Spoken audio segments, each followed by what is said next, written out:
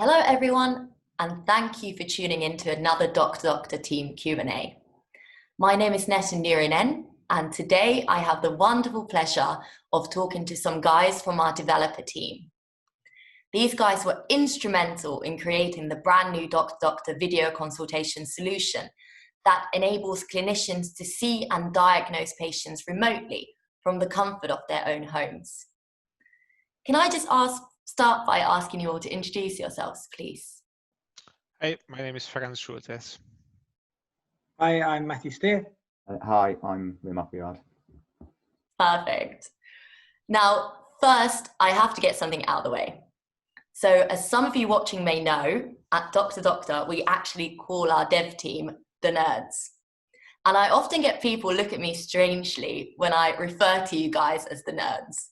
So can you just explain quickly why you like or don't mind being called that, and that it's absolutely not a slur that's developed by other teams? So why are you called the nerds?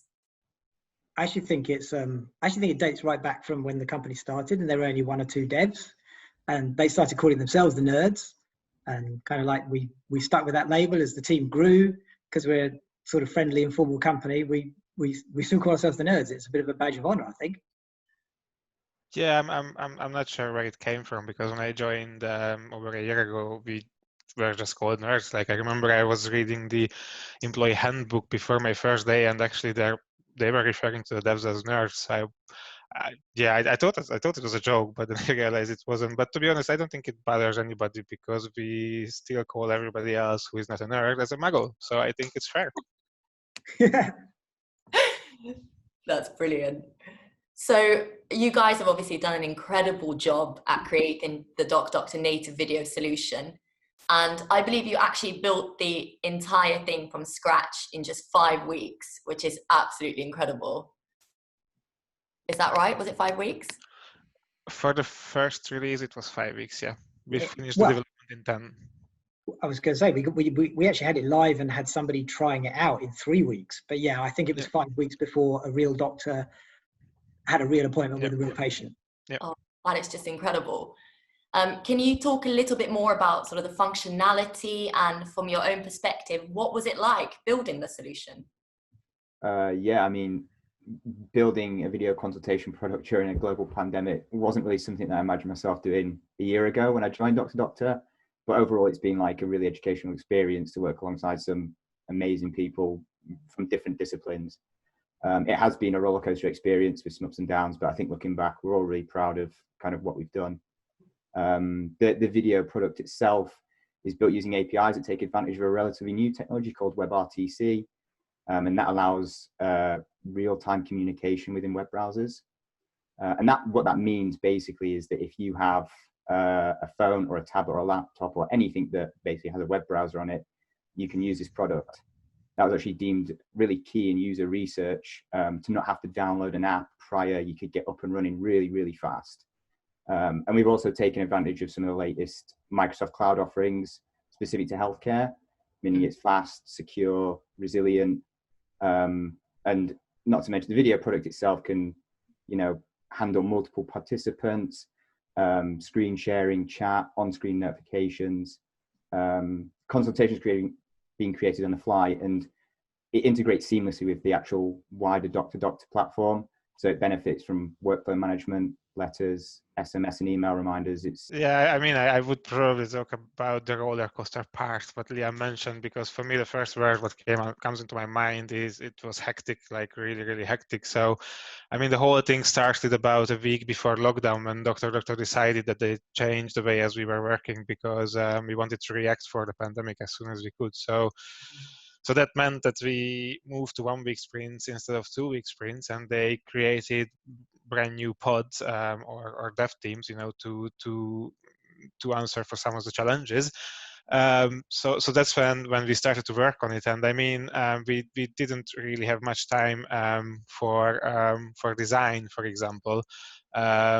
We just had to jump into it and start to code. So I think it took a little bit of time, I don't know, 1-2 weeks to get used to the new process, but then we started to see the benefits. And And I think one of the benefits, for example, was that our user stories became smaller. We broke down the stories to much smaller chunks. We tried to, break down the features because we actually wanted to deliver something at the end of every week. We had to demo it for the company as well. So it was actually really cool to, be able to stand out in front of the company after 5 days and just show that, this is what we did in a week, and that's a new feature. That's a screen share ability, or that's a four people on the meeting is done that too. So it was really amazing. And then the other thing, which is probably even more important, is that because we had to jump into this very quickly, we didn't have as much time for the design of the user research as we expected. So we tried to push something in front of the clients as soon as we could. So that meant that we had our first demo in the second week.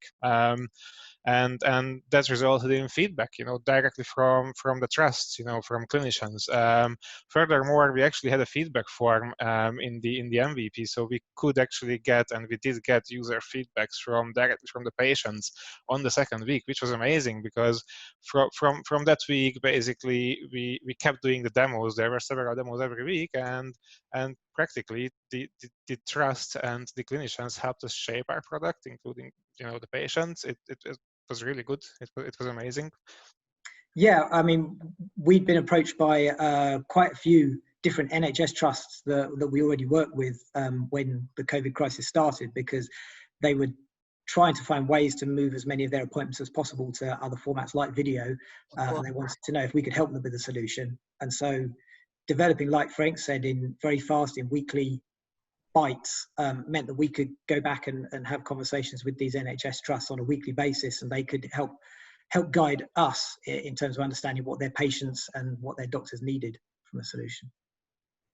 Wow.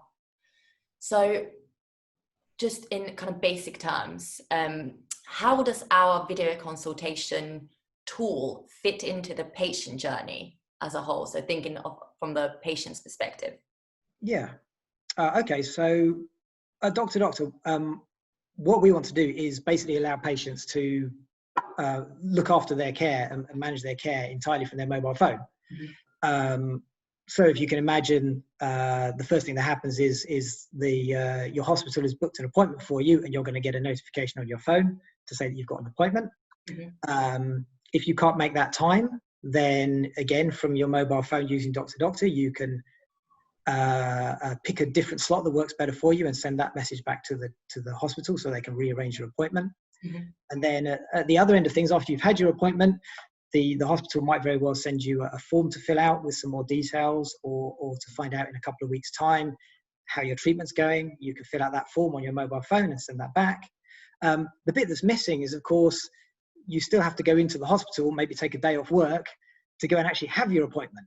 Mm-hmm. And so this is where the video consultation fits into the journey, because what we hear from talking to hospitals is that there's an awful lot of appointments that they could have with patients just as a video call. They don't need to see them in person. So instead of having to find your way to the hospital and maybe taking a day off work, you just need to find a quiet meeting room at work, or maybe a quiet place at home, and sit down for half an hour, and on your phone or on your laptop you can have your appointment over a video. And that's where it fits into the journey. And so in theory now, you can be entirely looked after, you can look after yourself from your mobile phone, like you do in many other fields in life, like that. Well, exactly. Yeah. Absolutely. That makes complete sense. So obviously you guys might be slightly biased, but I wanted to ask you this question anyway. What's particularly unique about our solution compared to perhaps some of the other providers in the market?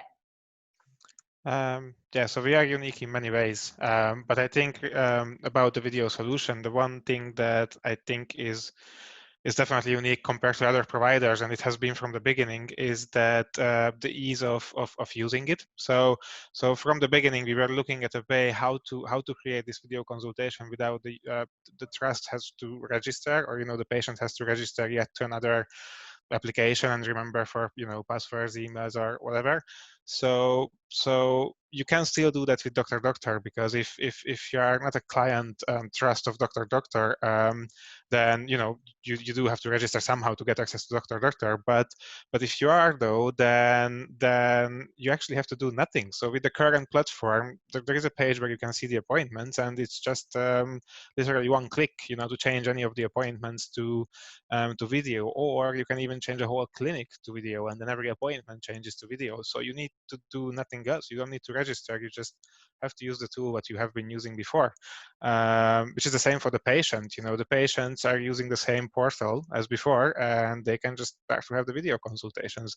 Furthermore, if you are integrating with DrDoctor and you are willing to send the appointment format through our integrations, then you don't even have to change the appointments, because we will just see it straight, from the past. So I think these are definitely big advantages, against other providers that I see.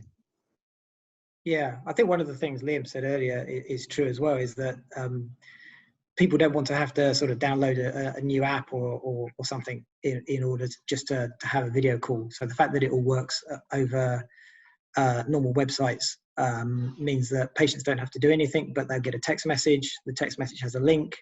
They follow the link and they're straight in the video appointment. So it literally couldn't be easier than that. And that was what we were hearing both from hospitals and patients while we were researching, was that they just need it to work really simply without any hassle and setup. And so that's one of the magic ingredients. Also as well, we're currently looking at starting with some transcription sort of things, so that patients and clinicians alike can actually have their video meeting transcribed for them and then sent to them to be read and reviewed after the actual consultation themselves, which also is a really interesting, actually really exciting feature that we're looking at soon. You're doing that next week, aren't you? Yeah, I am doing that next week. Cool. That's brilliant. Thank you so much, guys. And thank you again to everyone for watching. Please don't hesitate to get in touch if you want to find out more about the DrDoctor solutions, or if you have any questions or feedback or any insight into what you'd like us to talk about next. And make sure you subscribe to our YouTube channel so that you don't miss any of our videos. Bye-bye for now. Bye. Bye.